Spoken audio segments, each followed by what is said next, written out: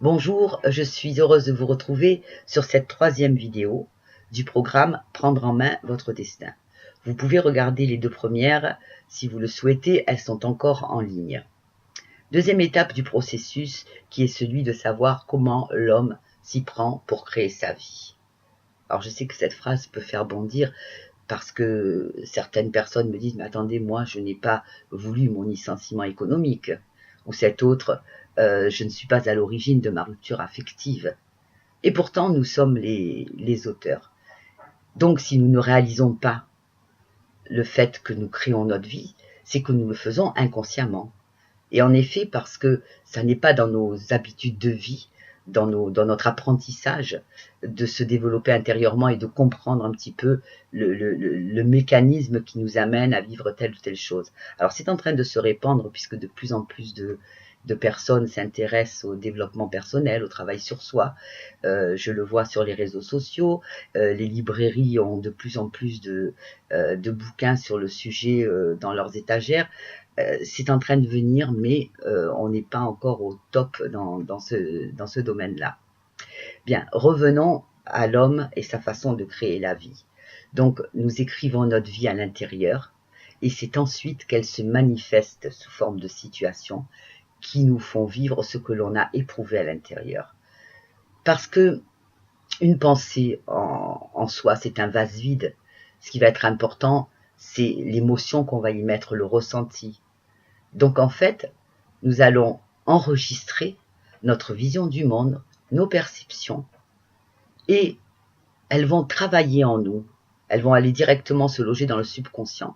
Et quand elles seront prêtes, elles vont se manifester et on va nous dire, voilà, c'est ce que tu as semé, voilà ce que tu récoltes. C'est un petit peu ça la loi qui se met en place.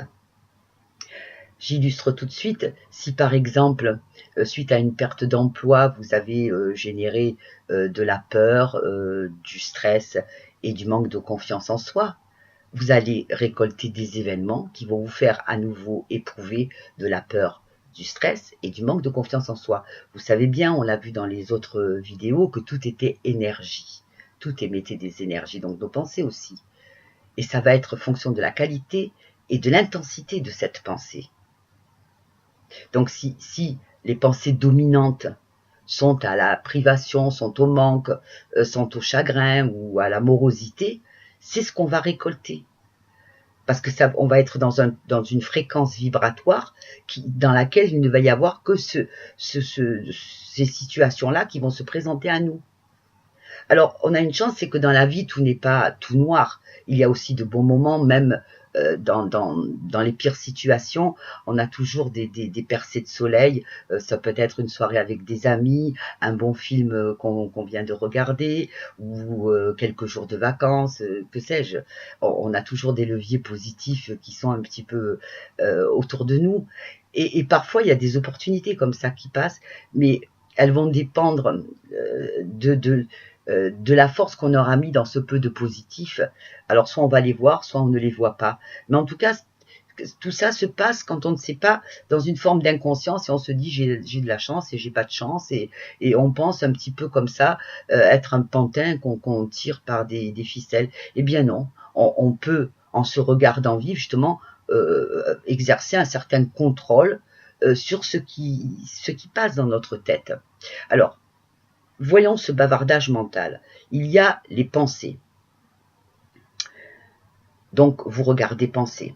Il y a aussi nos comportements. Et c'est vrai que quand ça ne va pas, parfois on s'en prend aux gens qu'on aime, ou encore on se replie sur soi et on coupe un petit peu la communication. Donc, observez aussi vos comportements. Regardez vos habitudes. À ce propos, j'ai dernièrement une maman qui est venue me dire que son fils qui avait perdu son emploi depuis qu'il était donc au chômage se levait de plus en plus tard et regardait la télévision toute la journée. Donc ce n'est pas avec cette disposition qu'il va trouver du travail. Donc il a ancré de nouvelles habitudes qui vont à l'encontre de son projet. Regardez aussi les croyances. Vous savez, les croyances, ce sont ces petites phrases qui sont chevillées au corps, parce que parfois on les a entendues prononcées par nos parents, parfois on en a attrapé quelques-unes en route, comme dans cette famille on n'a pas de chance, ou encore moi l'anglais jamais, ce n'est plus de mon âge. Ce sont un peu des phrases comme des leitmotifs qui reviennent. Ne dites pas que c'est pas grave, parce que ça, plus ça, plus ça fait un énorme bloc qui peut être vraiment violent et négatif et nous frapper en pleine face. Donc surveillez ça, surveillez aussi le regard que vous vous portez.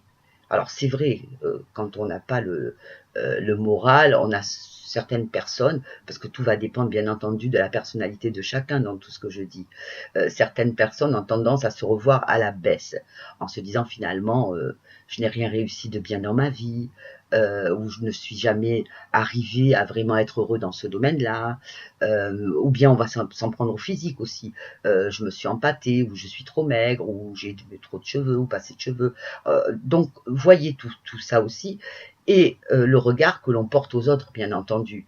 Il peut être fait de jalousie, de critique, de jugement, de moquerie. Donc n'ayez pas de gentillesse envers vous, parce que en notant, je vous avais demandé d'avoir un petit carnet sur lequel vous allez noter chaque jour tout ce qui vous paraissait être une limite pour votre projet. Parce qu'il se peut que dans un domaine, ça n'aille pas, mais que dans les autres domaines, tout se passe bien, que vous soyez heureux dans les autres domaines. Donc, voyez surtout les pensées qui s'attachent au domaine qui est le plus déficient, celui pour lequel vous avez envie de faire quelque chose et de vous prendre en main. Donc, vous notez, et une fois par semaine, vous faites une petite auto-analyse sur laquelle vous allez essayer de voir comment vous pourriez améliorer justement les résultats obtenus, mais vous verrez que certaines pensées vous auront déjà lâché et se seront éloignées de vous. Et ça aussi, c'est bien de fêter quand on a des petites victoires. Voilà pourquoi il faut noter, parce que ça, le fait de formaliser fait qu'une pensée perd de son importance et de son intensité. Et il faut lui faire perdre tout ça pour pouvoir l'éloigner. Parce que quand vous allez dans la semaine vous remettre à penser la même chose que ce que vous avez noté, vous allez vous dire « Ah, mais ça, je l'ai noté ». Et à ce moment-là, vous pourrez vous reprendre et vous verrez que cette pensée s'éloignera de vous. Il faut absolument les faire baisser en intensité. Et vous allez doucement enregistrer des progrès. Parce que associé avec l'exercice de la méditation, vous allez vraiment avancer.